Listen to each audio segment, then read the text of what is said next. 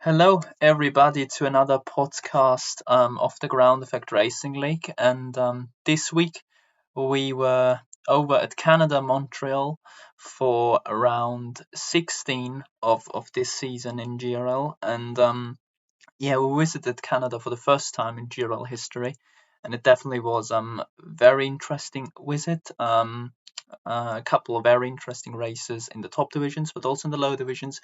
We saw some surprises and new winners, debut winners, which was obviously good to see. Also, in the overall constructors, we saw some crucial changes, with some teams getting up the order and others losing a bit of performance compared to the rivals. Had many full grids. I think Div 7 was a full grid. Div 1 was also very full this time out, so that was good to see. And I said it was very close. And in a couple of races, also the penalties in the end with track limits decided who won the race. So as we thought it would be, track limits a very crucial part of racing at Montreal, especially with, for example, the final chicane being very crucial. But yeah, I think we should just focus on our F1 divisions for now and quickly go over to Division 1. And in Division 1 this time out, it was Beeford again who picked up the race win from three newcomers, actually, of Jack Harrington in P2, Tadpole in P3 for AlphaTauri, Cortez in P4 for Ferrari, Ghost Jr. then in P5 for McLaren, Blade picking up P6 by being the top pad player around Canada this week. God of Gaming in P7, Team Sora only in P8 after getting pole position once again, so making two poles in a row, but couldn't really pick up too many points in the race, and his championship lead gets smaller every race. Kilian Racek then in P9 for Aston Martin with his reserve team at Rom Celtic in P10.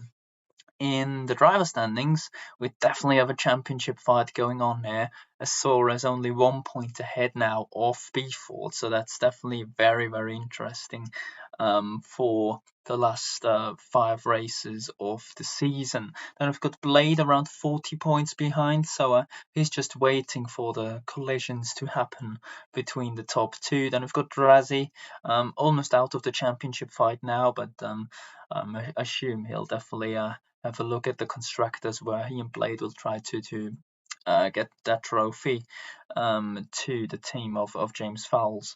Rain F1 then in P5 on 102 points. He obviously switched to Aston Martin now, but here he's still on Alpine because his last race was for the French team. Then Ninja with 73 points in P6, so he's still nicely sitting in the midfield of the top 10. Then we've got Michael Dell on 71 points, 2 points behind. Same as Rage on 69, Partic on 57, and God of Gaming getting up into the top 10 with now 55 points. In the team standings, Williams only one car finishing this time around, which was played obviously after Drazi not finishing the Canadian Grand Prix, so they're sitting on 318 points with Red Bull on 294, so they only got a few points as well. Mercedes then on 231, they gained this time around, of course, with Beeford picking up the race win. Alfa Romeo now have a good full-time driver duo again with Cortez and Tapol, but they're sitting on 219 points only. McLaren 182 points, then we've got Alpine on 148, Aston Martin on 120, Haas on 76, Ferrari on 63, so Lone Retreat and Ghost Jr. definitely have some job to do in the next couple of races, and AlphaTauri rounding out the top 10, or let's say the whole grid, with 45 points to their name. And as actually I haven't mentioned before, once again, Blade is next to me here. Welcome, Blade. Well, Canada wasn't really the best track to be on pad, but I think for yourself, P6 is it wasn't the maximum considering something happened with a little spin, but in the end, at least you gained a bit on Sora. Yeah, definitely. It was an interesting race for sure. I think probably I'd have to say one of my worst performances ever in this league because my qualifying was absolutely shambolic. I could have, I was expecting at least to be half a second quicker, but I just couldn't get a good lap in, Yeah. making small errors everywhere. Same with the other Which, pad players, really. God of Gaming, yeah, Michael, myself. So I think the best pad player in quali was P13. So not really making the best impression in quali, but I think Canada isn't really made for pad, is it? yeah, definitely not. It's not an enjoyable experience. I'm sure it's great on wheel, but on pad, yeah, it's like making a I don't know, a baby giraffe run or something. It's just you can't do anything. It's unbelievable. But despite it being such a bad track for pad, I actually at one point it looked like I could be fighting for the win with a early safety car and a switch onto hard tires because I started on the alternate strategy, mediums to hards. But obviously the setup I was running was way too aggressive and I spun, which put me out of contention for the win. But I still probably was in contention for a podium, and then something happened in the final chicane, and I lost my wing and decided it's probably best if I pit and not do 6 laps without a wing. So yeah, not ideal, but I think looking at the championship now, only 1 point between Sora and B Ford. I know Sora would have been quite disappointed considering he started on pole and at least until the first safety car looked like he was going to, at least be on the podium, probably maybe maintain a win, but obviously, not every race goes your way. And he dropped down to P8, sadly for him. So, and B4 picked up the pieces. I think he drove a pretty incredible race as well. Got no penalties and managed to win, so well done to him. And makes it very interesting in the championship, of course. Yeah, definitely. I mean, he won by I think 2/10 of a second in the end because of time penalties of Jack, who obviously was very disappointed despite jumping in as a reserve last minute. But yeah, as you said, I mean, God of Gaming, Michael, yourself, and me weren't really expecting to fight for anything major in this race because yeah, Canada's quite tough on pad and classic wheel track. But yeah, Beaver definitely with a medium after the first safety car, a strategy definitely tried his best and in the end won, which is obviously good for the championship. And finally, someone can put some pressure on Sora. We waited like over 10 rounds at least for this to happen. And it finally is the end. Mercedes versus Red Bull is definitely has some flair for sure. But yeah, we also have a returning driver for next week, or likely, which is Ninja, the champion, probably just turning up for one of the last few races to see where he's compared to this year's competitors. So that's definitely going to be very interesting looking at the grids for next week. But yeah, in the team standings, Mercedes now closing up a little bit. But it's still probably between Williams or Apple, isn't it? Or do you think Mercedes or Alfa Romeo with the new lineup could probably be in contention for something bigger than P3? Yeah, well, I think that yeah, Williams and Red Bull, we have a pretty comfortable lead over the rest. But obviously, new lineup at Alfa Romeo, like the start of the season, looking like one of the strongest on the grid, and obviously Mercedes with you and B Ford made pretty strong inroads towards us this weekend or this race, but. Yeah, it'll be interesting to see. I think me and Jazzy definitely want to keep our lead in the constructors at least. So I'm sure we'll be doing everything we can to stop the pack from catching up, and likewise with the rest of them. They'll be getting as many points as they want. Well, as many points as they can. So yeah, I don't know. I think really because me and Josie, I think we're a pretty strong lineup. I think it'll be hard to catch us, but then again, we have our off weekends like this weekend, and I think we haven't done too well for a couple races in a row actually. Bahrain wasn't too bad, so yeah, I think it's more down to us and Red Bull messing up and the rest catching up rather than, you know, I don't know, Mercedes getting one to every race. So Yeah, for sure. I mean, Williams definitely in the top spot right now, especially as they probably have the best team building for now, as they've got two drivers technically in a championship battle, even though Drazi's DNF didn't help. But yeah, I guess we'll see what happens in Division 1. As said, with Ninja and Gibson returning for next week. Also, drivers like Tapo, Rain, Cortez looking really quick, and obviously the classic drivers of Drazi, Blade, so basically yourself, Sora, and B Ford. So that's going to be very interesting for sure. But I think for now we just head over to Division 2, where once again it was Jackster who won at round 16, ahead of Otto, who clinched pole, but during the race lost his wing because he decided to hit a wall, so that definitely didn't help his race. Distant Barton in P3, second in this championship before the race. Then with Slappers in P4 after his second qualiban being served, so he's definitely recovered nicely. Omalo in P5 for the Mercedes team, Torpen in P6, Fizzle in P7, Dom in P8, Omega on his comeback race pretty much in P9, and Lloyd in P10. In the driver standings now, this is looking very nicely indeed before the last 5 races or rounds of the season, because we have within 11 points suddenly 3 drivers. Well, a couple of weeks ago you could barely put 2 people within 80 points, but with Slappers obviously having the 2 collar bands and being absent for a couple of rounds as well, this is now very close. So he's leading with 196 points, but Jackster jumps up to second by sitting on 192, but Distant Bard on 185. Ever consistent variable in this championship battle, pretty much still having a look at the top spot.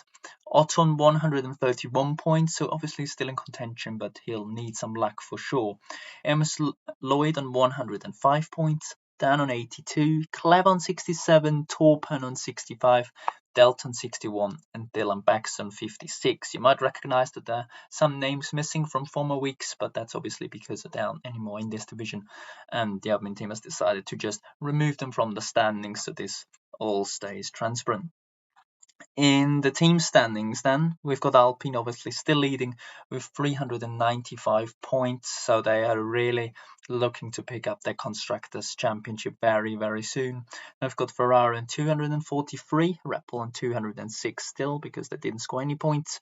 Aston Martin on 180 with 1 point of Lloyd. Mercedes on 165, Alfa Romeo on 146, and Haas on 113. Then below the 100 points mark, we've got Williams on 97, Alfa Tauri on 92, and McLaren really needing to catch up with 63 points. Well, yeah, I mean, Jackster, I think, making it his 5th win of this season, and it also being a back-to-back wins for him at Bahrain and Canada. A couple of weeks ago, we said he might have to really push hard to get back into this battle, really, when he had a couple of tough weeks. But now he's second, he's 4 points behind Slappers. And as said, since we haven't really seen the full quali and race potential at once from Slappers for like 1.5 months, it's going to be very interesting whether he can defend his lead from Jack at this stage. And if they come together, the other Alpine of Distant Bart could tell, yeah, if you don't want the trophy, I'll just pick it up. Yeah, definitely very, very close between the top three. Certainly makes things interesting. I think, yeah, we know that, previously Slapbus hasn't been the best qualifier, but he always makes up for it in the race. So I think, at Canada, it's a very good performance to get through the field and come to fourth. So I think, you don't want to overlook that performance from pretty much last on the grid to fourth. Um, but yeah, Jackster is doing exactly what he needs to do. He's closed a massive points deficit, really, and yeah, got bags of momentum, and I think he'll be looking to carry that on into the coming weeks. And also, Bard is right in it as well. So as you said, if the other two slip up, or they don't have the best weekend, or Bard has a couple great weekends, it could swing into his favour as well. So and even then, Otto is probably about the same points deficit as Jack Star was before he went on his race winning streak. So it's definitely within the realms of possibility to see Otto. Jump up a lot of points, and especially considering his recent form in leagues, that's very plausible. So yeah, it'll be exciting to see what happens. Yeah, definitely. I think that's nicely summed up. And I mean, as you said, the recovery drive basically from last from Slappers to fourth to Resella, that's pretty much true. And as we could probably argue, considering he's on pad, he probably wouldn't have qualified much higher anyways. Uh, I mean, yeah, he definitely has the race pace, and he showed it once again. But obviously, we haven't really seen the full potential of him, as said, for a couple of weeks now. And Jackson seems to have the momentum. Slappers doesn't really at this stage, and Distant Bard is somewhere in between. So it's gonna be interesting what happens, and if possibly Otto can back into it by finally getting his first win in his GRL career. So that's definitely very interesting. I mean, in the team standings, there's not really much to say except Alpine leading by 150 points. I mean, gives me just some Echo vibes, but that's a different story. Um, but yeah, that's Division 2. So I'd say just go over to Division 3, where it was big surprise. Essela Ham won again after not being race winner at Bahrain. He takes victory at Canada from Kiksora in second, the full-time reserve. Then we've got Esala Jam in P3, so the two brothers picking up P1 and P3 for Williams and Alfa Romeo. Then we've got some Pikachu in P4, S-Game in P5, Heated in P6, Thomas in P7 for Haas, Wiggy in P8, OWIC in P9, and GSA Beastie in P10 for Alfa Romeo. In the driver standings, Ham now leads with 66 points because he sits on 216 from Job on 150, Jam on 126, Agenol on 76 still, Heated on 71, some Pikachu on 68, S-Game on 64, QRT Thomas, which is basically TDE Thomas, on 59 points, Wiggy on 48, and Kiksora jumping up to 10th with 47. In the Constructors' Championship, Williams leads by almost 100 points now, as they sit on 330 points. Alfa Romeo 239, AlphaTauri 209, Aston Martin on 204, so they're closing. Haas on 169, Mercedes on 132, and Alpine leading by 1 point over McLaren, 107 to 106. Red Bull on 75 and Ferrari on 52 after picking up another few important points for their championship. I mean, as Williams driver, you probably will be happy that Ham won again, and he also can wrap up the championship very soon. Not next week, I believe, but in 2 weeks' time, he can be called a Division 3 world champion and basically follow fresh from last season in the Mercedes. But yeah, let's not talk about Ham. This is just too boring. But probably the closest fight really is the midfield here, isn't it? Because it's all really close, especially between AJ Heated and Pikachu S game, and even Thomas Wee and Kiksora, isn't it? Yeah, it is very close between them. I mean, that's a lot of positions that could be, swapped around in one race. I know, East Game, he's been on good form recently. Um, yeah, there's a Son Pikachu obviously had a good performance this race. Yeah, definitely a lot of people fighting for that fourth spot. I'm sure they'd rather it be third because, that's an all-star spot right there that they could potentially get. But yeah, definitely very interesting, and I'm sure, if you asked one of them, would you like to finish eighth or fourth? I think they would all say they would rather finish fourth in the championship, obviously. So, yeah, I think they'll be giving it their all. They'll want to, jump up as many positions as they can, and yeah, looking forward to it. I think. Yeah, definitely. I mean, it's definitely very close in the midfield. Another topic in Division Three we could probably talk about is that I think around round 10 or something, AlphaTauri's leading the Constructors' Championship by quite a bit of a margin, and now they're in danger of slipping down to P4, so not even finishing in the top three in these Constructors' Championship. Could you potentially say not only Jobber, but the whole AlphaTauri team has really lost loads of momentum?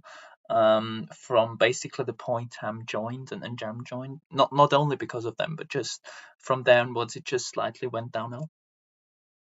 Yeah, I mean, well, looking at the standings, they haven't scored points in the last three races, and they've not really gained many points since they were overtaken in the Constructors' Championship. So definitely not ideal for them. Obviously, Chubba hasn't really had too much good luck in the past couple races, and I believe he won't be attending the next one either. So that doesn't look great for the AlphaTauri team. And if their attendance is good in the last couple of races, they might be able to. They're still, because they did so well early in the season, still in a shot for P2.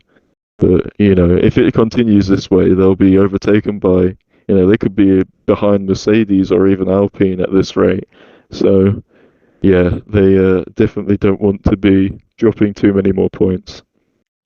Yeah, definitely, and I think that's where we finish off D3 as well because, yeah, with Ham, I mean, he definitely deserves the championship at this rate, but let's maybe extend it a bit more to hype it up. So I'd say go over to Division 4, and finally, again, after actually one round of a double winner, we've got a new race winner again. I think that's 13 race winners this season in Division 4, and it was Jaden who just beat Raven West to the win by 2 tenths, despite having 15 seconds of time penalties. So he definitely didn't really look at the track limits, but as long as he wins, that's fair enough, I guess. Jakob then finishes P3, the speedy Swede, as Adam Reed would say. Ronnie then in P4 for McLaren, Jacob Brown in P5, just ahead of his championship rival of Jamie Hobbs in P6. Krigmid, after winning the last two rounds, is now in P7 at Canada, with Dobie in P8, PDV2 at his return as reserve in P9, and Michael in P10. In the driver standings now, Jacob Brown closes again slightly. Hobbs is on 186 points and Jacob Brown on 169. So the gap is getting closer and closer each week. Jakob then on 111, and actually out of those three scored the most points in the last around 5 rounds. So he's definitely pushing still to get in contention for that championship. Ronnie and Krigman both on 107 points, but which you can see Ronnie's actually sitting on 107.5, so he's leading Krigman by half a point. Rex on 85.5 for Ferrari. Then we've got Andrew on 79, Raven West on 60, Michael on 55.5, and Dobie on 48 to make it a double top 10 in the driver standing so far for Alpine, Aston Martin, Ferrari, and AlphaTauri. So there are basically four teams completely in the top 10 of the drivers. In the constructor standings, we've got AlphaTauri still leading and actually extending the championship lead to 337 points, while Ferrari sit on 271 and already over 60 points behind. McLaren on 205 points with a solid P4 for Ronnie, Alpine on 179, and then we've got Aston Martin and Williams very close together with 143 and 142 points. Alfa Romeo on 128 and Haas on 124. Red Bull sitting on 64 and Mercedes rounding out the table with 53 like they were last week, so they're not gaining anything so far. I mean, I don't know if it has happened to you ever before, but Blade, can you kind of put that into context, how it would feel if you win a league race, your first race, like your first race win in the league, despite having 15 seconds of time penalties? Yeah, that's pretty crazy. I think I don't think I've ever accumulated 15 seconds worth of time penalties in my league racing career, so I don't really know how it feels. But clearly, maybe he was just doing it to flex on the rest of the field. Like, look how much pace I have. I can just cut all the corners on the last lap and still win. So, you know, yeah. Well, I think yeah, considering he still managed to win by 2 tenths, I think that's very well calculated by him. I'm sure he knew at the end of the race he was going to just have the right margin to win. But no, I think yeah, it goes to show that he had really good pace to be able to win by quite a large margin, large enough for the 15 seconds worth of penalties not to really matter. So yeah, well done to him. And obviously, I don't know how many race winners it is, 12 or 13, you said Yeah, earlier. 12 or Yeah, 13. We've got Krigmit who won twice, Ham who won twice, Ronnie who won twice, and Rex. So it should be 12 then. Yeah, 12. 12, yeah. Still. Pretty, pretty crazy, yeah. And I'm sure Jaden's happy to put his name on the list of drivers who've won this season, although that by the end of this season, it's probably will be almost everyone on the grid. So, you know. Yeah, I mean, apparently, just as we said, it's a wheel track. We said it earlier, and we're gonna repeat it a couple of times now because we're pad users and we need an excuse. But Raven West, for example, he got wing damage at the safety car restart. He's using cockpit cam. I believe without Taylor, I'm not 100% sure, and still managed to finish second without any time penalties. I mean, if that's no proof how overpowered the wheel is on this track, I mean, that's massive, isn't it? Despite wing damage, holding on to like 15 other drivers behind you. Yeah, definitely. I think yeah, good performance from Raven West to not pick up any penalties because I think you'd expect maybe some of the lower divisions or non-elite divisions or whatever you want to call them. I think obviously they're still pretty quick. I want to put that out there, but it's pretty impressive when you pick up no penalties, especially at such a difficult track. And I think regardless of whether you're on the wheeler control, it's probably not the easiest to not pick up any time penalties. I mean, we even saw championship leader in Div 1 Sora pick up 6 seconds. Yeah. So to pick up none with wing damage is quite impressive. Um, so yeah, definitely a good race for him. And I'm sure he's thinking without that wing damage, he would have probably quite comfortably have been within that 15 seconds. But it is what it is, and maybe he can make it 13 race winners next time out. Yeah, go on. I'm ready. I'm ready for it. I mean, I think Raven West is definitely eager to win. Zandvoort should be a wheel track. We don't know. We'll also have seen pet drivers doing well there. I mean, it's going to be interesting for sure. But I think Raven West is maybe one to keep an eye out because I think he didn't have a podium yet this season and now turned up for Canada to really give Jaden a run for his money. But to be fair on Jaden, a couple of days before the race, he said he's going to win Canada. So I reckon he knew that he's got some pace here. So yeah, we'll see what those two can do at Zandvoort. But quickly looking at the driver standings again, and usually we just focus on the top two of Hobbs and Jacob Brown, but I think there are two very interesting variables in this still, because first of all, what do you think? I mean, Jakob is what, 75 points behind with 5 races to go. I mean, we've got a sprint, obviously, that's an extra 5 points.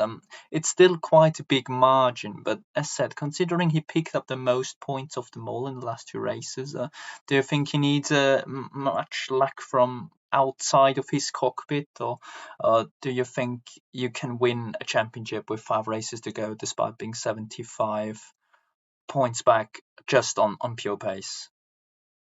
Yeah, I think it will be pretty difficult to win the championship relying just on your poor pace, raw pace. Sorry, I don't know what I'm speaking. I'm all over the place today, apparently. But yeah, with your raw pace, I think it's going to be pretty difficult to close a 70 plus point gap.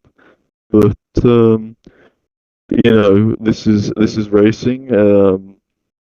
It's probably unlikely that the other two championship competitors are going to have perfect weekends, and he definitely, I can see him gaining a lot of points on them, but I can't see him unless something terrible to the front two happens. Uh, I can't see him managing to close that gap completely and win the championship. But stranger things have happened, I'm sure, and I'm sure Jakob, he definitely will be looking to, you know, get as many points as he possibly can, and keep his fingers crossed for the front two to trip up either over each other or just trip up Yeah. themselves on track.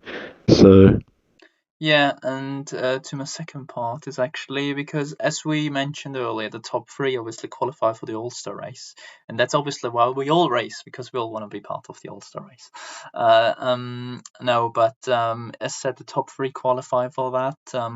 I mean, I think we both can agree that Hobbs and Jacob Brown will finish in the top three this season. If they aren't, then something terrible has happened. Some terrorism has be taken part. But from the others, like from Jakob probably down to Andrew, it's all very close because they're within around 30 points, I think 32, in the championship, and they all can basically still get P3. If you had to pick someone out of those, I think 5 drivers, who do you think will probably pick up the third spot here?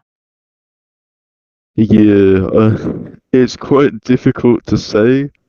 Um, but Prigmit has had a really good run, but so has Jakob, obviously. I think also Ronnie's really quick, but he hasn't attended all the races. So if Ronnie misses one or two races, it's probably unlikely he'll get it. So I think it's between Krigmit and Jakob. Hmm. I'm not too sure who has the pace advantage, but I know Jakob is definitely very quick, as you've said. He's picked up a lot of points in these last couple races, so I definitely think it could be him that will be up there. He's looking at his performances, he's been pretty much right at the top for the last couple of races. I think yeah, I don't really think he's had a bad performance apart Yeah. from Australia, and I don't even know whether he attended that or maybe he didn't. So I could definitely see him getting that fourth spot, third place for the All Star race. But I think Rex and Andrew, if they can have really good performances, they could definitely be up there. But they do have a bit of a points deficit, and considering how quick the other three are, they're really going to have to do well to outperform them.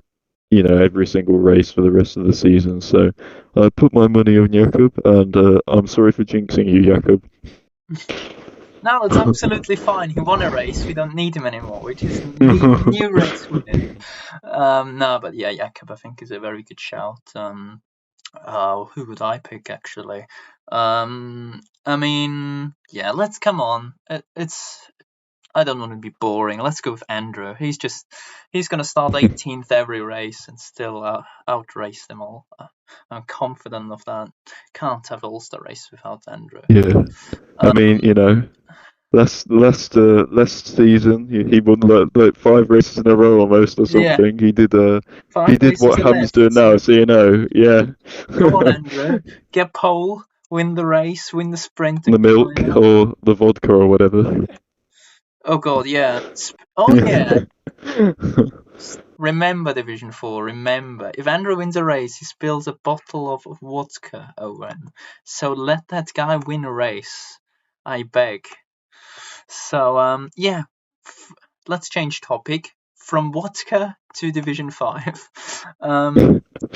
Matt in the Alpine won at Canada in Division 5 from Old Sport in second place, and Masala, or Mashallah, however you want to call it, in P3 for Alfa Romeo. And then we've got Rom Jordan James in the Ferrari in P4, who apparently was on for a podium, but then slipped down to 4th. Heike in P5, gaining 10 points on Maka, who didn't attend this week. He probably knew that Canada wasn't one of his best tracks.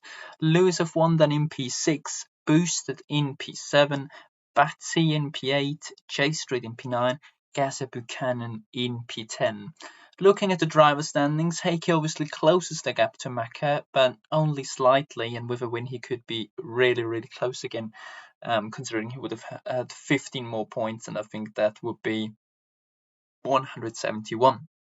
But yeah, Maka on 172, Heiken on 156. Triangle Lemon has officially given up on his championship charge already, so he's sitting on 134 points, with Boosted up in 100 points exactly, and this probably means that Boosted might be now with a good chance on an All-Star race spot as well. Then we've got the 12 Romeos of Mashallah and Batsy, both on 85 points, but due to Mashallah having more second place finishes, he's leading his teammate in the championship.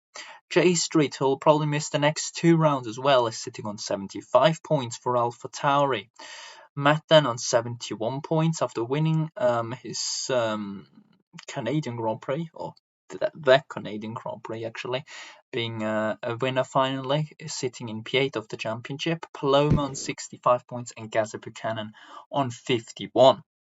In the team standings, McLaren with Old Sports podium sitting P1 on 261 points and 3 points behind them. We've got Aston Martin on 258. Due to Matt performing nicely for Alpine and Will also trying to do the best for the team, is sitting on 227 points, with Red Bull on 174, 4 points ahead of Alfa Romeo of Batim Mashal on 170 points.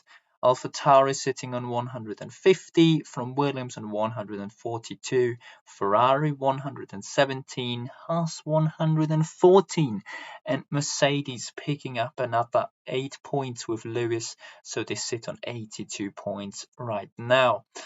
I mean, usually I'm not the biggest fan of dominant race wins, but I mean, it was a wet race. It was, I think, maybe wet at some stage. I can't actually remember. But Matt won the race by 35 seconds. I mean, if this happens, you could probably sense that Matt is gonna have a good end to his season. This season out actually, or am I wrong? Yeah, definitely. I mean, it must have felt like he was on like low AI or something when he was doing that race. It's the typical meme of like Max Verstappen this season getting the AI onto zero or whatever. But hopefully that's only for one race because he hasn't run away with the others. So yeah, I'm sure it felt nice for him. Definitely, when you win by such a margin, it gives you a lot of confidence. And definitely he'll be looking to make a couple positions, and obviously his team are in the constructors fight as well. For his drivers championship prospects, it's not looking too good with being 100 points behind. But yeah, definitely what a great race from him, and I think hopefully for his sake he'll be looking to keep that up for the rest of the season. Yeah, definitely. Also, Old Sport picking up his first podium of the season after returning. He said he probably won't be able to make the races anymore, but now he can again, and immediately shows that the pace is there, and he's eager to pick up many points in the remaining races with a second place. Michelle also in third, I think, has done really nicely. I mean, was overall a good race, close race. I mean, Lewis going down from Div 4 to Div 5 and picking up a P6 immediately, so a solid start for sure. Yeah, Ferrari struggled a bit in the other divisions. Now they, as said, get the P4 with Jordan. I mean, I don't know because it's all really closer in the constructors and Ferrari and Haas, for example, in P8 and P9 are a bit off the pace, but I mean, with Ferrari, what can potentially go wrong? I mean, they got James and they got Guarini. I'm sure Guarini will pick up loads of points in the next races. What do you think? Yeah, I think the rest of the grid is shivering after seeing that lineup because I certainly would be. Uh, yeah, I think yeah, good performance from James that round. Definitely, I think jumps Ferrari up a couple well, a position ahead of Haas. And it pains me to say, but Williams didn't have the greatest of rounds, and neither did AlphaTauri, who had an even worse round. So. It's they can if they do have good performances with James and Greeny, definitely they can move up a couple of positions. Um, and once again, interesting in the constructors in the midfield in this tier and at the front as well with Alpine, Aston Martin, and McLaren. I think the podium from Old Sport definitely is something that McLaren needed because I think if it wasn't for him, they'd be behind because Yeah, the they jumped lineup them of again because they were actually yeah behind before the round, as the yeah main driver DNF'd and the reserve picked up the points. yeah yeah it's definitely they'll be happy with that performance from the reserve driver. So yeah, they're going to need every single one because Aston Martin has a really strong lineup in this tier or this division. Sorry. So Yeah. No, yeah. definitely. I mean, for your sake, as you said, Williams hasn't had the best of weekends, and then you see an Alpine winning again. Like this happens consistently now. Williams has a bad race and Alpine wins. I mean, that's not ideal for your overall constructors, is it? Yeah, I mean, I'm sure we'll move on to it later, but yeah, I mean, I think yeah, we just haven't done had the greatest of weekends here at Williams, and hopefully we'll be up there again in in Zandvoort because I think these performances with how strong Aston Martin and Alpine are, it's going to be pretty difficult to catch them back up, but.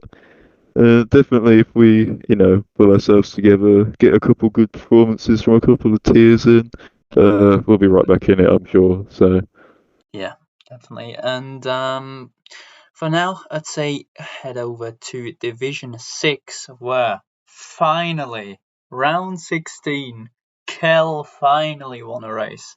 I think we all were counting the days until it stopped smashing into the pit wall or wall of champions or whatever and finally win a race. And it happened. So he won at Canada from Echo in P2, ever consistent Echo after DNF last week. It was basically redemption day for him with another podium. Apex then in P3 as result for Alfa Romeo, who now is becoming Echo's teammate. So maybe Haas and Echo can fight for the Constructors' Championship again. Jay Tilby in P4 and Callum Ladlow in P5. So Aston Martin still picking up very crucial points in their Constructors' standings or championship or whatever. The attacks in P6 then, Alfa Romeo also making it P3 and P6. ARL Bob on his debut race in P7. Josh Beatbox, who sadly left us already, is in P8 here for McLaren. Dubs Game in P9. And Archie reserving from Div 7 because those guys down there had the full grid, finishes in P10.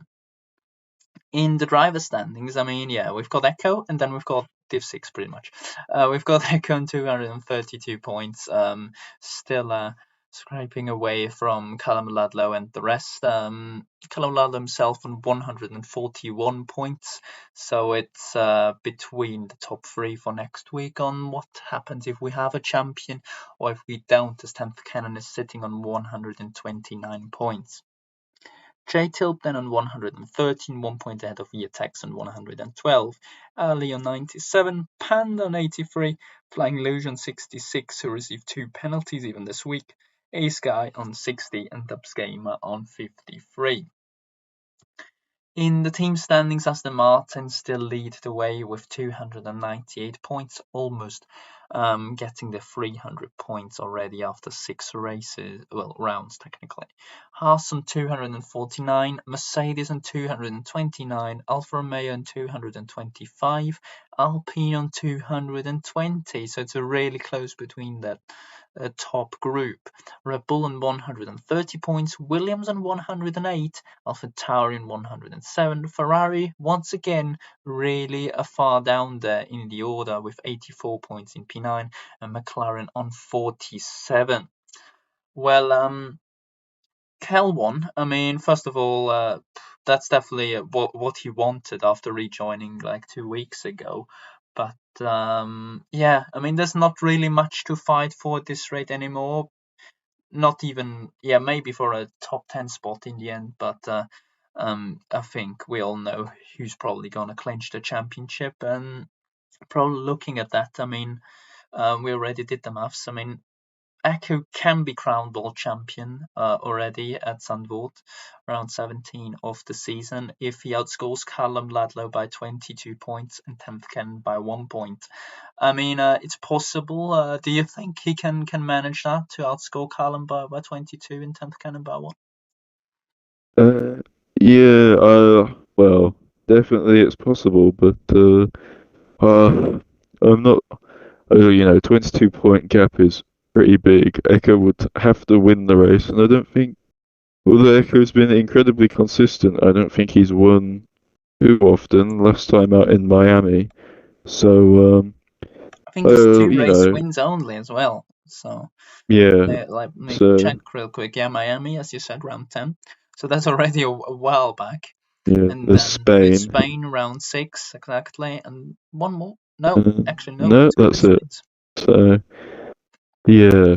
I mean, statistically, it wouldn't suggest that he's going to win next race because he seems to be more of a fan of picking up big points instead of winning the races. But well, it's definitely possible. But I think you also have to remember that Callum Ludlow is a really strong driver who's been putting in really strong performances as well, and it pretty much require him scoring almost no points. So unless he doesn't turn up, it's probably quite unlikely that Echo can win next time out. But it's definitely, it's not impossible. I can definitely see it happening. We'll just have to see how strong Echo is around Zandvoort and how strong the rest of the pack is around Zandvoort. Because I think that will be the deciding factor, really. Yeah, definitely. I mean, in the last 8 rounds, I just had a look. Callum Ludlow finished outside of the points once. So, and in the last 5 races, he finished in the top 5 every time. So, the man definitely has some pace and consistency with it on him. Just probably performed a bit too late this season to really challenge Echo, but I think that's something he can focus on for next season. We'll definitely see him all the way. But yeah, 22 points, as you said, it's a huge points gap you kind of need to open up. But I think Echo probably won't be that stupid to really push for that at Zandvoort and just focus to pick that up in China. Then he can at least say his championship was made in China. So that's probably something he can look forward to. But looking at team standings, as said, it's 78 points between the top 5, like if you want to be 5. But even actually today that we had some new lineups come out due to that. I mean, Aston Martin still stick obviously with Callum Ludlow and J Till, which I think they're performing nicely. Then we've got in Haas, we already have Echo, who now gets Apex, who finished third at Canada as teammate, so probably he can help back out to pick up that championship. In Mercedes, we obviously have Flying Luge. And now Kel joining the Mercedes team. Then obviously in Alfa Romeo, we've got Ali MUTD and the Attacks, who are sticking together. Same as with Alpine, we've got still 10th Canon and Dubs Gamer. But do you think with Eku getting a teammate in P Apex, who just picked up a podium in his comeback race, and Mercedes now having Kel, do you think that could probably erase some concerns considering the Silverstone-based team sitting in P1? Yeah, definitely spices things up for the championship because I think there's no question of how quick Echo is. It was just down to whether he had a teammate that could help him out and get some big points. And with Apex's performance last week, it suggests that maybe this is Haas's big breakthrough chance. They haven't had the best of seasons in GRL.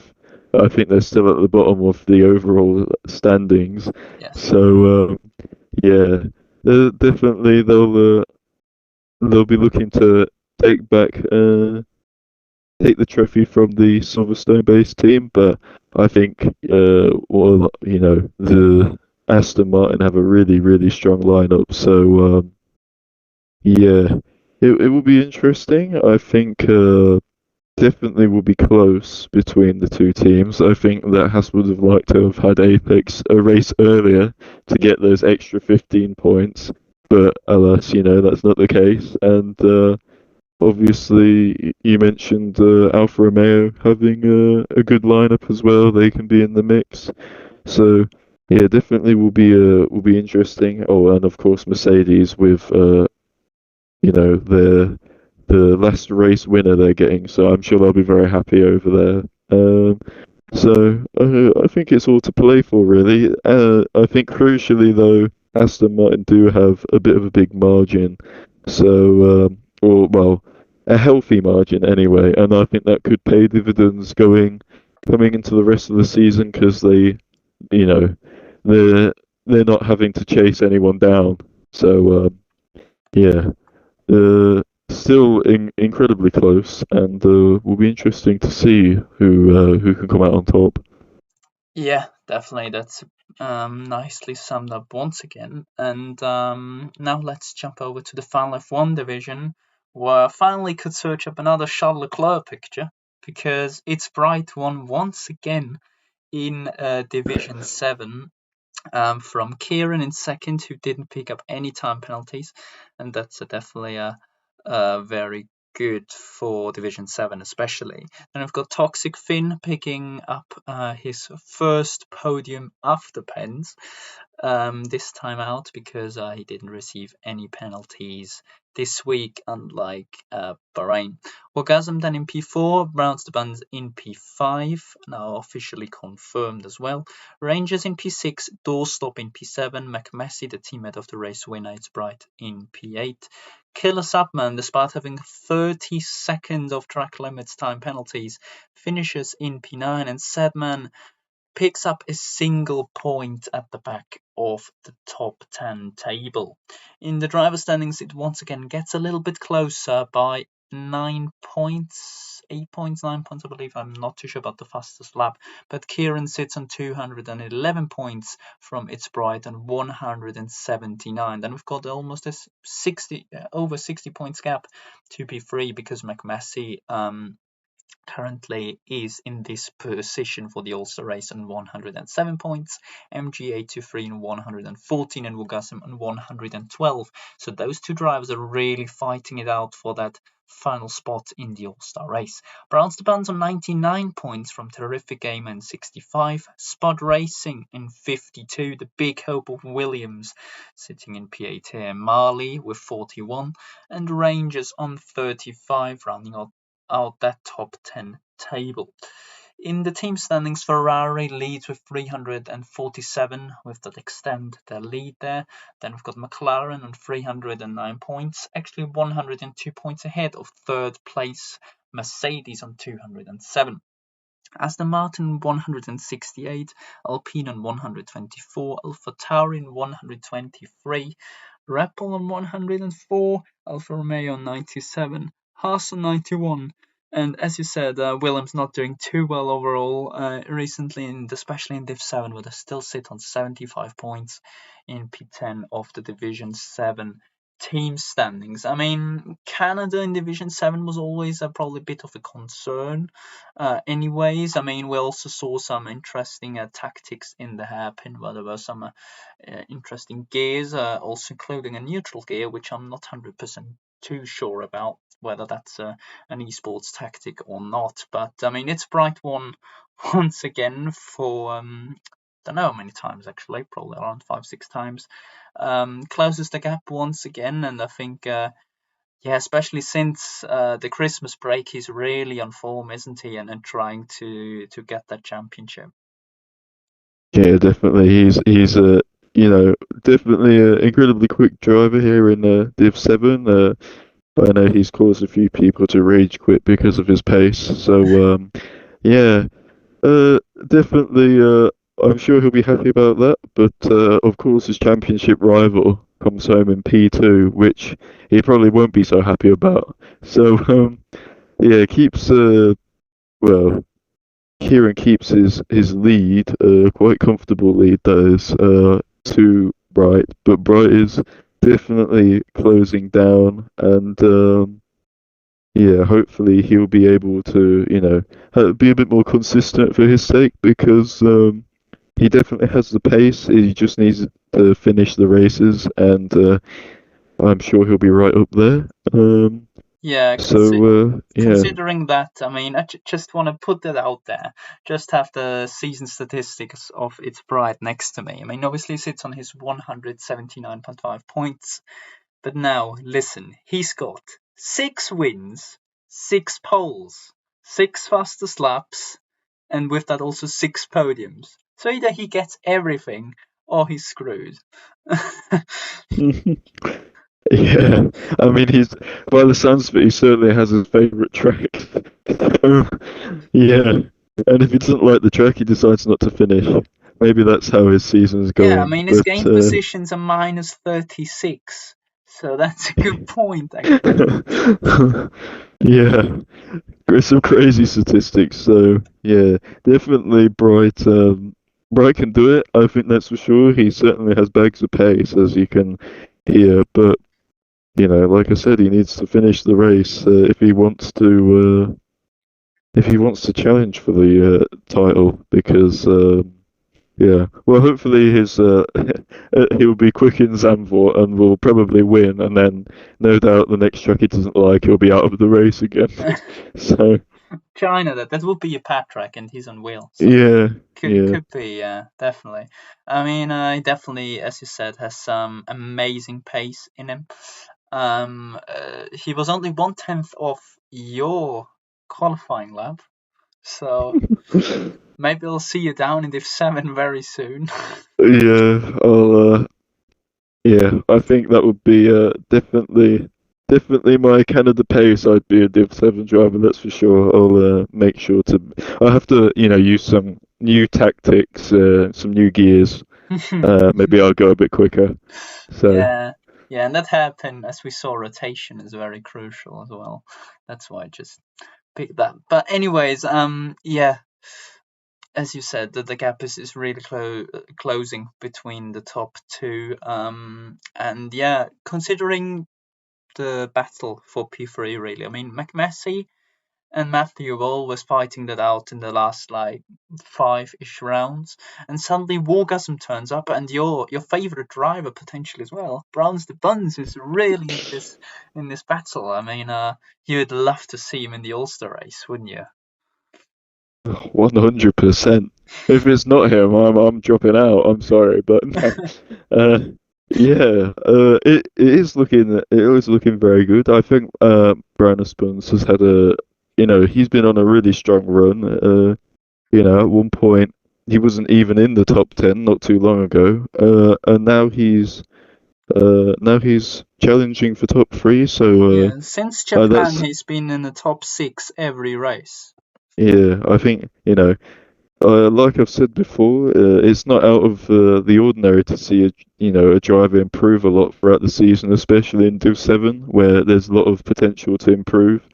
And I think Brandon Spuns maybe is one of those drivers who has improved a lot. I know at the moment he loves a good time penalty, but if you can eliminate that as well, he'll, be right up there scoring top points every race. So I think it's been an impressive run, and obviously McMessy and MG8, Matthew, I think you said, I'm Yeah, not too sure, but yeah, they've been trading positions pretty much the whole season, so it's exciting to see Wargasm and Brown Spuns joining the battle, and yeah, uh, it's definitely not out of the realms of possibility that either Wargasm or Brown Spuns could be in that all-star race, which would be great to see. yeah. I mean, McMassey obviously probably won't get too much help from his teammate because his teammate usually will probably be around 20 seconds up the road. Yeah, Or in the wall. yeah, or no. um, Wargasm, yeah, I think he has barely had a teammate as well. Matthew, yeah, terrific game is a bit of a weird one, probably. I mean, I only know that Alpha Tara Pink has a really good team building going on, uh, because Brown Spuns and Seven, I think, are really closely working together to extract the most out of their cars and really pushing forward as a team to really help each other out in their championship. Anyways, over to your private domination to F2. You didn't get pole actually, you qualified 16th. I think this then Bart got pole position just from me. Then we had Gibson, and yeah, then someone was there who just said he'll meet me in the track, which was definitely a very interesting quote for sure, which was Ragnar.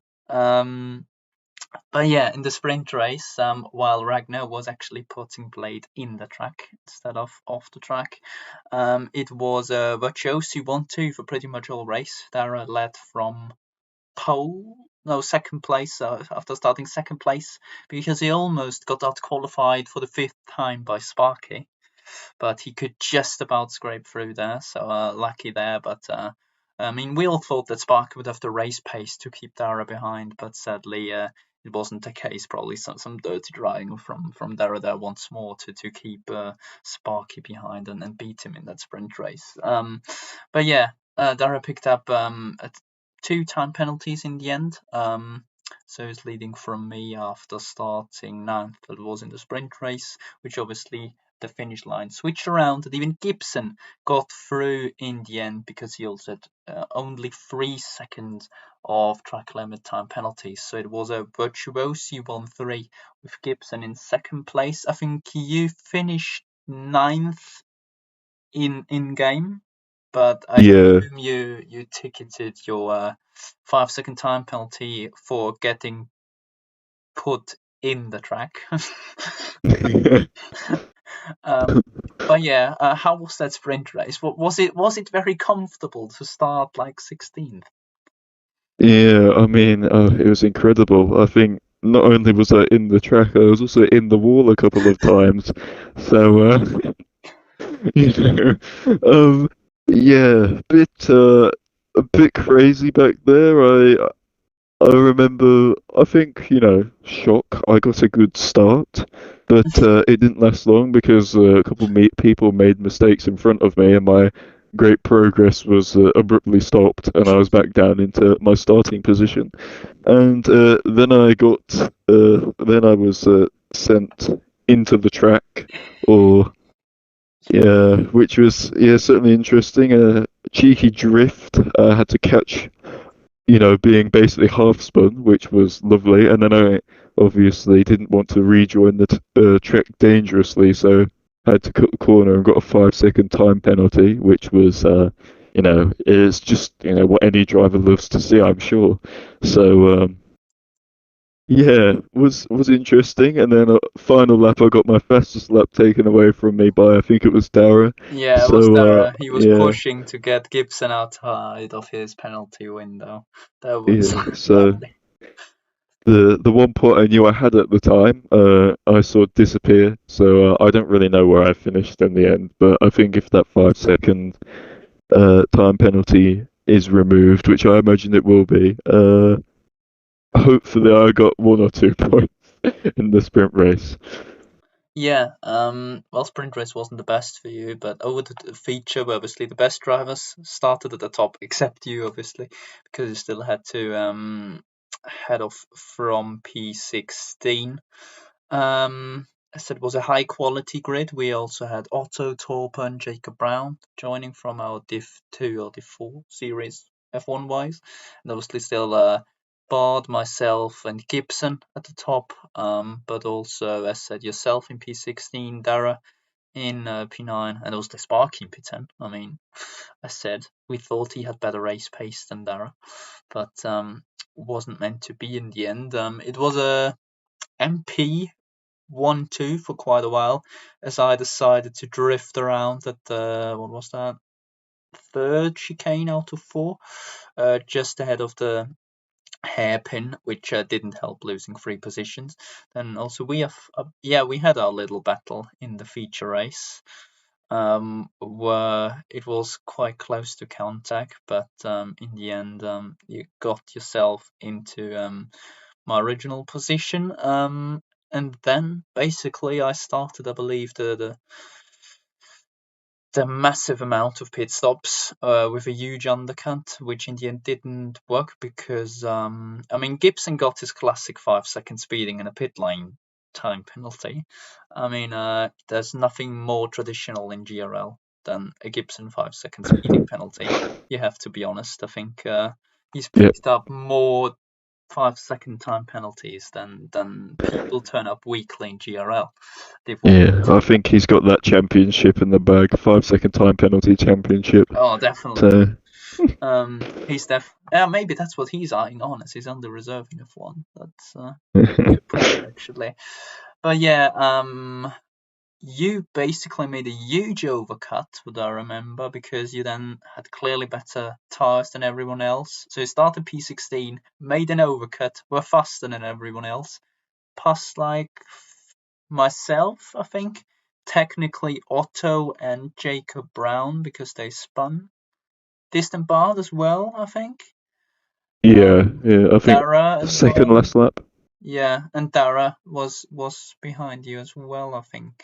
Not Yeah, he got Gibson. penalties. Yeah, So but not Gibson. But Gibson wasn't worth it, obviously, because the man had 14 seconds of penalties, which you had 3, I believe. I think Dara had 6. I didn't have any. But yeah, in the end, it was Blade who won from Dara in second and myself in third.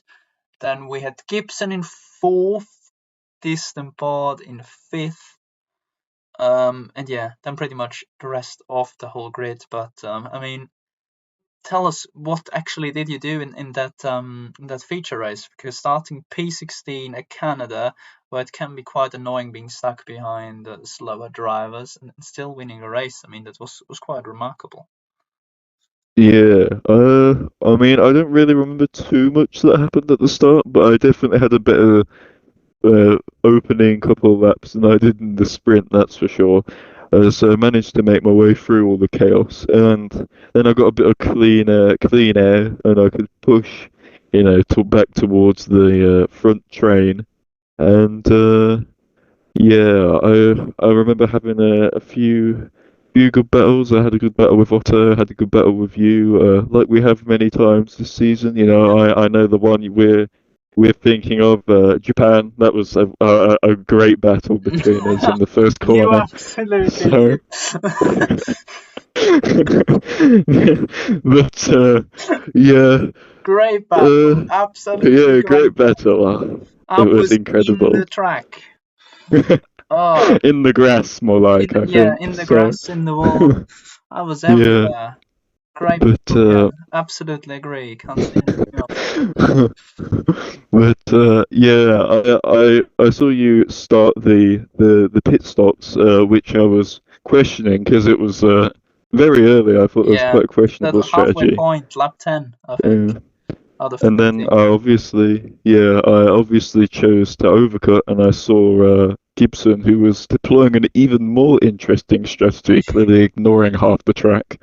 Um, so I knew as soon as I saw Gibson with that massive time penalty, because he did have quite a big gap. I knew I was in it, and decided, I'll go pretty long, and I have such a massive tire advantage that I'd pretty much breeze past people.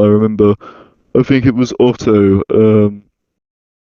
I think the lap after I pitted, I just had such a traction advantage that I pretty much just breezed past him through turn two, and obviously caught up to uh I caught up to Bard. I think was the last car I managed to overtake, who had a 5 second penalty for speeding in the pit lane. It's an MP So thing for sure. yeah, the MP. MP are definitely big fans of 5 second time penalties. Yeah, definitely can understand why, just that 5 seconds next to your name is so great, clearly. Um, so yeah, I didn't pick up a penalty, which wasn't ideal, but it was still enough for the race win. I had less penalties than everyone apart from yourself. And yeah, you as you said, you had a cheeky little spin earlier in the race, so cheeky Yeah. donut. So I'm sure your feature race curse Yeah, just stop. came That into those into feature play. races. I'm gonna ban feature races next season. Yeah. So in F1 as well. Personally. So we're only having sprint races. Yeah, We're well, having three races we're the having whole four season. sprint races, just no feature. Yeah, so that was F2. I mean, at least you still have to get full points on a weekend, so there's Yep. something to fight for still. I mean, with Canada sprint race not being that good, and you're also not getting pole, obviously, I mean, it's going to be hard to be the first champion of the season before Echo. But I Yeah. think it's still possible. We have to do the maths. I think our points aren't entered yet, but it's still possible. And it would still count if you win it on Wednesday and Echo wins it on Monday, because obviously it's the same round. So and F2 usually ends earlier. So technically, you even if you win on Wednesday, you'd still be champion before Echo. So yeah, that's what we'll keep an eye on definitely, because the Div 2, sorry, F2 point system is definitely a little bit more complicated than the F1 point system. But yeah, before we finish this off, we just want to quickly head over to F1 again, where look at the overall constructors, as we mentioned a couple of times earlier. There is a slight possibility that I messed it up today, and we're just doing this afterwards, but ignore that. Yeah, as said, Alpine had a good week. They had a win in Division 2 with Jackster, they had a win in Division 5 with Matt. So they're sitting now on 1,488 points from Aston Martin on 1,415. Then we've got Williams on 1,396.5. So that's definitely the most numbers in there. Alfa Romeo jumping up to fourth now, where Ferrari was the week before. So they're sitting on 1,259 points, 3 points more than the big, almost sister team Scuderia Ferrari on 1,256. Then we've got McLaren on 1,224.5. And then we've got Mercedes on 1,205.5. And now we've got another duel between two sister teams, because Red Bull sit on 1,161 and AlphaTauri and P9 on 1,110. So AlphaTauri, after having a really tough time in the first couple of rounds, they seem to be back in that midfield battle, or at least low end midfield battle, to be honest. And then we've got Haas rounding off the table with 1,003.5 points. I mean, as you said, Alpine had a great weekend and they could extend the gap. I mean, it's not 100 points yet, but obviously still a good margin for them. What do you think can we expect from next couple of rounds? I mean, it's obviously difficult to predict because we've got 7 F1 divisions. Basically, anything can happen there except spud racing not hitting a wall for Williams. I mean, what can we expect? Yeah, I mean, Alpine have been on doing really well recently. I think the past 2 weekends, if I'm not Hmm. mistaken, or the Yeah, past three maybe. I Uh, think last two, because I think 3 weeks yeah, ago Williams was actually suddenly P1. yeah. I think the last 3 weekends they have scored over 100 points. I'm not sure. I can check. Let me have a look. Yeah, I think Yeah, the last last three three. Yeah. weeks. Yeah, and the So week we must before have they had a only really good scored week like at Williams. 50. Yeah, Yeah, we had a really good week at Williams one week, but yeah, uh, I mean that's crazy to score over 100 points 3 weeks in a row. That's definitely not, performances that some other teams can keep up. That's a ridiculous amount of points. So yeah, Alpine are looking strong certainly. Aston Martin have also been doing pretty well. They yeah. scored a They've lot always of points. Yeah. not that Um. many obviously, but still like always quite consistent. I mean, they had Hmm. yeah, they never had really 100 points, but due to Alpine Yeah. having They. that bad weekend like 4 weeks ago, they definitely got closer there, and overall they almost kept level with Alpine. But it probably depends now really on what is Alpine doing in the next few weeks. Yeah. Definitely. I mean, with the amount of points scored, we know it's possible that I think Williams in us in third. We could even go to first if we have a really strong weekend. But I think looking through the table, I think us at Williams, our weaker divisions, probably aren't getting as many points as the top few divisions. Uh, whereas Aston Martin, it's more the other way around, Yeah, where some of the lower divisions we see, a lot of points being taken up.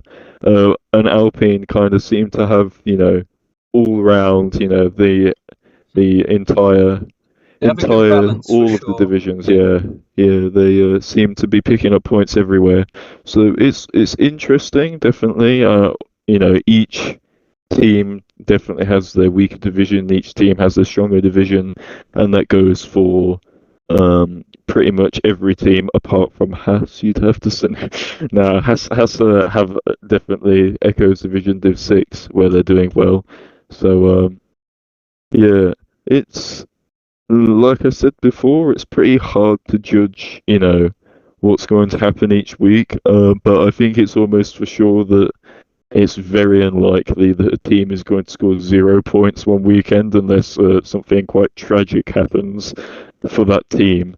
So yeah, I'd like to think was that Williams can, claw back some points maybe on Alpine, and maybe in 2 weekends' time we can take the lead back or three. But Ideally in yeah, 5 weeks' time. yeah, but I think the target really is to be in 2 weeks' time we take the lead and we keep the lead for the rest of the season. Oh, that is So a good plan. Yeah, yeah, good plan. it is a good plan, and hopefully the Williams boys can put that into reality. But I'm sure every other team has that plan as well. I'm sure Haas has a plan where they take P1. So Oh, you know. well, that's L plan for sure. Yeah, They gain 500 points. yeah, I mean, to gain that's 100 points on P1 weekly, that takes some challenge. yeah, yeah. It So will yeah, be difficult for Haas, but yeah, they could. I mean, yeah, they could still get like P4. I think that's within yeah. It's definitely possibility. It's yeah. definitely hard, but The, in the midfield, that's all very close. I mean, one last word probably on Alpine. I mean, they finished, I think, P6 in season one in the overall constructors. Had a really strong end to the season last time out, where they finished second, and so they're now trying to make the final step into P1, while Aston Martin was last in season two. And I think around the midfield, like Alpine in season one. So they made a huge step, like in real life, actually. And Williams have always been around P3, P4. I mean, yeah, I mean P3 seems to be a Williams thing recently. I mean, they were third last season overall constructors. You finished third with Williams in the drivers. Also around there in Division 2, which you obviously didn't complete last season. Now they're still sitting in third, and you're third in your Division 1 driver standing. So it seems to be a Blade Williams curse. Yeah, the P3 curse. If I'm at Williams, I'll finish P3. I mean, it's not the worst place to finish, let's be honest, but I'd also rather be 2 positions higher up, so you I know. mean, as we said, if you would have finished third every race in Division 1, you would now lead the championship. So. Yeah. But Well, yeah, that's another topic, really. Yeah, that's this week's podcast pretty much wrapped up. We went through all the one divisions, our F2 division, the overall constructors. We went through our excuses we needed while we didn't deliver at Canada. I mean, I especially. Um, did. But yeah, next week, as said, we are heading over to the Netherlands, to the beach at Zandvoort, where Gibson, I remember, put us a nice little text message in every division chat on what actually Zandvoort is. Also including Sparky, I remember. yeah, Um, very, very kindly of him, I think. yeah, We all needed that information. yeah, he So, was very creative there about Zandvoort. yeah. Definitely didn't copy and paste any Wikipedia page or something. That's something he Oh, never did. I think I heard that Wikipedia actually copied him, so you know. Oh yeah, he said that. Yeah. Yeah. So bear that in mind. I mean, Gibson, very smart man for sure.